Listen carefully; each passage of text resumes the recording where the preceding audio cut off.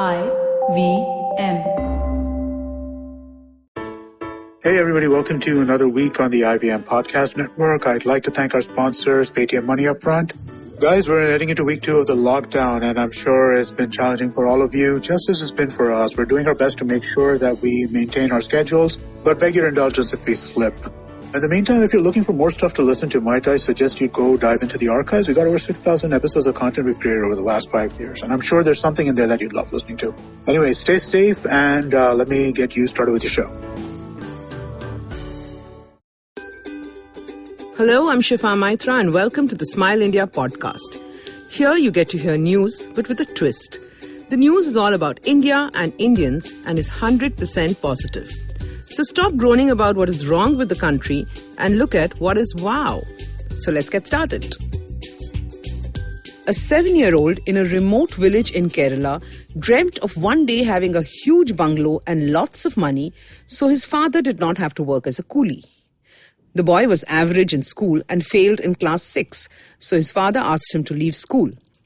One of the teachers saw a spark in the boy and helped him to continue his studies. From then on, P. Mustafa took off. He got a scholarship and studied. After a stint abroad, he sent his first salary of 1 lakh rupees to his father, who could pay off all his debts.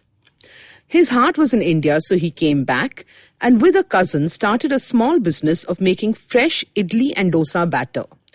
His investment was only 25,000 rupees, but his sharp mind and hard work bore fruit. Today, ID Batter is a household name and a 100 crore company. And yes, he did build his father a palatial bungalow in the village. Now over to an amazing love story. Colonel Santosh Mahadik was a decorated soldier in the Indian Army, a loving husband to his wife Swati, and a great dad to his 2 children. At the age of 35, Swati's worst nightmare came true, and her husband was martyred in the Kashmir sector. She knew she had to be strong for her children, but she could not get over the trauma of losing her love. And the more she thought about it, the more she admired his bravery and love for the country. She hated the term war widow, so 6 months later, she decided to don the uniform and serve the nation too, as a tribute to their love. She wrote to the ministry, who saw her determination, and Swati was allowed to take the OTA training. She cleared the Service Selection Board exams and then went through the toughest army training in the world. Today, she is Lieutenant Swati Mahadik, keeping her husband's memory alive in the best possible way. More power to brave women. That really takes some courage, right? The next bit of news I get for you from Assam also talks about giving, but in a different way. After the floods in Assam, there were some baby rhinos who were left orphaned. The Centre for Wildlife Rescue had got them to a safe place, but feeding them was proving to be a problem. Each calf needed 20 litres of milk a day. When a little girl at the Nepali LP school close by heard about it, she made a plan. She urged her classmates to give up the midday meal provided by the government for 1 day, so the money could be used to save the rhino calves.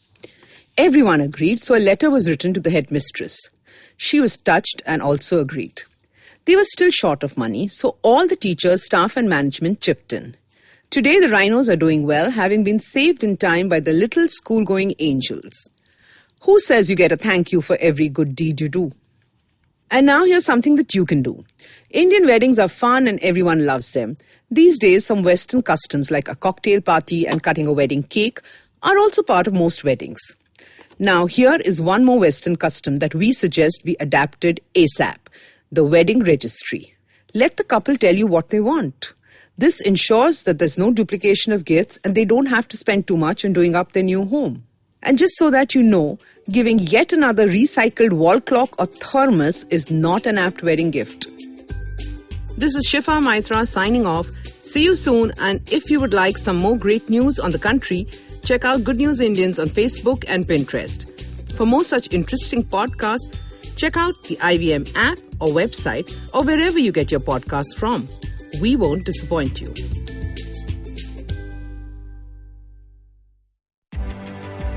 Hi, I'm Sarayu Natarajan. And I'm Alok Prasanna Kumar. And we are the hosts of the Ganatantra podcast. On this podcast, we speak to academics, social scientists, journalists and activists to find out what's actually going on in Indian politics. On this podcast, we stay away from personality politics, intrigue, and gossip, and instead focus on the data, research, and analysis that drives all this. So tune in to the Ganatantra podcast, where new episodes are out every Wednesday on the IVM Podcast app, website, or wherever you listen to your podcasts.